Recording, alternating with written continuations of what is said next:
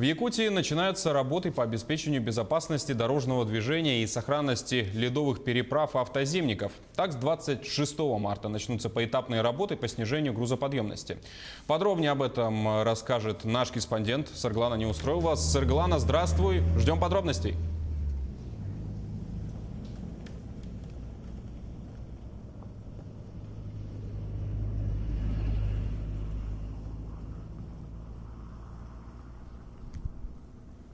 Сарглана, тебе слова.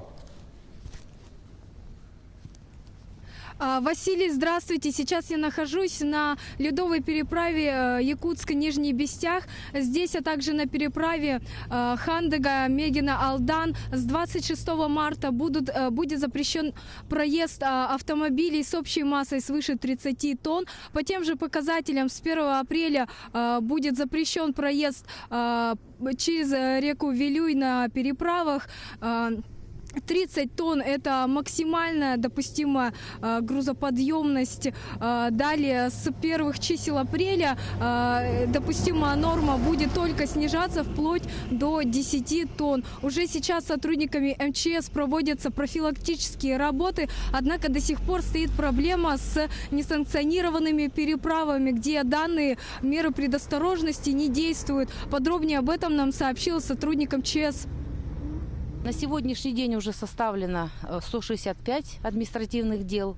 Размеры штрафа за несанкционированный выезд на лед предусматривается согласно статьи 9.10 КАП Республики Саха-Якутия на граждан в размере от 3 до 5 тысяч рублей, на должностных лиц от 20 до 50 тысяч рублей и на юридических лиц от 100 тысяч до 1 миллиона рублей.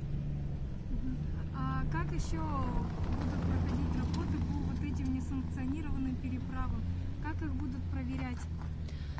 Работы по несанкционированным переправам будут продолжены согласно совместных графиков во взаимодействии административных комиссий муниципальных образований ГИБДД и МЧС ГИМС.